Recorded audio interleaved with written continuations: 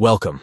In today's video, we'll guide you through the step-by-step process of removing your avatar on Discord using your Android device.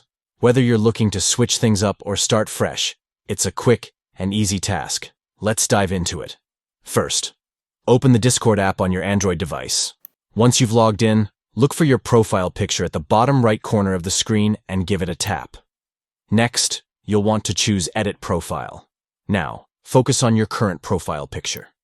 You should see a small pencil icon on it. Tap on that icon, and it's time to choose Remove Avatar. After that, you can select a new photo from your gallery, or even take a new one right there. Adjust the image to your liking as needed.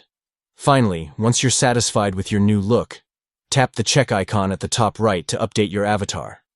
And that's it. You've successfully removed your avatar on Discord. Don't forget to like and subscribe for more helpful tips.